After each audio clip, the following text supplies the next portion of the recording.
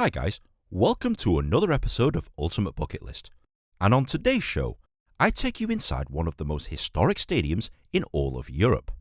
The only stadium to have ever been built by the Nazis.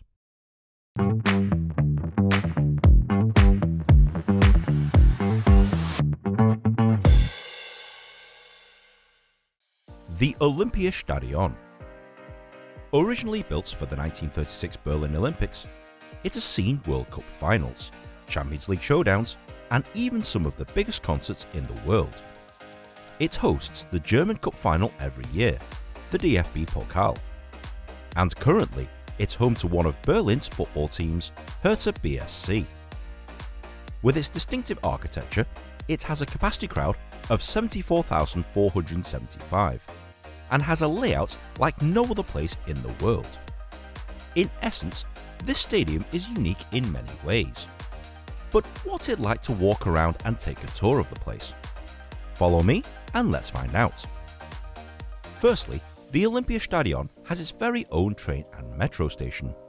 So you hop off public transport and you'll immediately land on the south side of the stadium.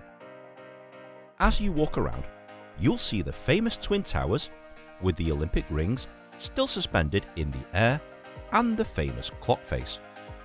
This is one of the most famous and recognisable images in world sport. You can buy tickets on the day by going into the visitor centre here at the East Gate, which doubles as the ticket office and shop. The shop is admittedly nothing to write home about, and once you've paid for your ticket, they let you into the grounds. You have two options here: a self-guided tour, where you explore at your own pace, or a fully guided tour, where a guide takes you around and explains the rich history of this stadium. If you go the self-guided route, I recommend that you start by taking a walk around the exterior, because it is striking. This place is a true architectural marvel, with its massive stone columns, imposing towers, and an entrance that screams history. The Nazis originally designed this to resemble the Colosseum in Rome, and it certainly looks like a modern version of that. When you walk around the inner concourse, the size of the stadium hits you. It's freaking massive and incredibly intimidating. With its cold, bare stone facade and incredibly high seats all around, it's imposing, bordering on scary. The stairs are incredibly steep too, so if you are venturing towards the field, you'll need to watch where you're going or risk tumbling down the stairs. And even when you get to the front row, you're still nowhere near the field, as there's quite a gap between you and the athletics track, which is still there. From everywhere, it looks cool, and the roof is certainly unique. But the field is incredibly far away. You'll notice that there isn't any Hertha Berlin branding here in this stadium, and that's because this is technically a historic monument that the team leases from the city. They're not allowed to keep any logos or team colours here permanently, so every banner, every logo and every sponsor has to be put up on the day of the game and taken down immediately after. Go to the cheap seats, and this is where it gets really high. This seat better be cheap, as you can't see a damn thing. And when you get to the very top, you'll start suffering from altitude sickness, because it's so damn high. Right everyone, I'm right here at the top of the stadium, and I've got to admit, it's quite a long way down. There's a scoreboard in the way, and I doubt you can read the numbers on the shirts, but do you know what? This isn't the worst view I've ever come across, really. One of the cool things that's still here from the 1936 Olympics is the original Olympic cauldron that overlooks the stadium. The wall plaques that show Jesse Owens' legendary performances here, the tower in the distance, and some amazing views of the stadium from up high. But here's the downside: if you've only paid for a self-guided tour, this is all you'll get to see. Okay, you get access to the restaurant afterwards, but other than that, this is the end of the tour. If you want to access the inner workings of the stadium, you have to pay for a guided tour instead. Admittedly, the tour guide that we had was pretty cool, and he explains in more detail some of the things that you might have walked past and ignored. Like this Nazi-built Olympic bell, and the symbolism behind all of these mean-looking Nazi statues, which are still here. Next, you'll go into the Hall of Honor, which is usually a corporate hospitality lounge for the highest levels of VIPs. Not surprisingly, these are the best seats in the house, with the best padded seats and the best views of the field. You'll then walk down the stairs towards pitch level. Arguably, this is the closest you're ever going to get to the field, so take plenty of photos and videos here. Then walk through the players' dugout areas and into the Hertha Berlin tunnel, which is decked out in royal blue, graffitied up to holy hell, and with German rock music blaring from the speakers. Nice.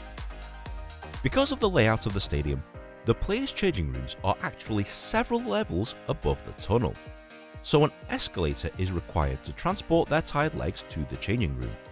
Boy, I really need to join a gym. On the way, you'll see game-worn Hertha shirts of former players before stepping into the Hertha changing room itself. Quite nice, rather basic by today's standards, but it's by no means bad. It's still better than half of the stadiums I've visited in England for sure. Even though there's no shirts hanging off the lockers, at least their recovery and rehab facilities are great, and they seem to be modern throughout. Walk through the corridors containing some of the shirts from the finals that have been played here, and you'll come across this rather large space. This is both a press conference area, the journalists' media centre, and also doubles as the athletics warm-up track. This is possibly the strangest room I've ever been in throughout all my stadium tours. Cool, but incredibly weird that there's just random stuff here. And that's the end of the guided tour. I'm trying to hide the disappointment in my face, but sadly I can't. So Nin, where does this rank in the hierarchy of your stadium tours? Admittedly, not so well. Even though the sheer history of this place is incredible, you don't get to access many areas of the stadium, especially if you take the self-guided tour, where you'll take one lap of the ground and that's basically it. You have to at least go on the guided tour to make it worth the trip. And even then, there's little to see, especially compared to some of the other stadium tours on my list. Still better than Man United though. Overall, I'd advise that you come to the Olympiastadion if you're watching a game here, or if you're really dying to see this historic stadium. Otherwise, there's much better things to spend your money on. Okay Nin, I'm sold. What do I need to do? Well, you need to come here to the Olympiastadion. It's located way out in the west of Berlin, and the easiest way to get here is by public transport. Take the S5 S-Bahn train or the U2 U-Bahn train to Olympiastadion station, which is located on the south side of the stadium. The cost? A self-guided tour costs around €11, while a full guided tour is about €17. This is the only time I'll recommend that you do a guided tour over a self-guided tour, as you physically get more access to different parts of the stadium. You literally just pay at the desk right here or book through the website.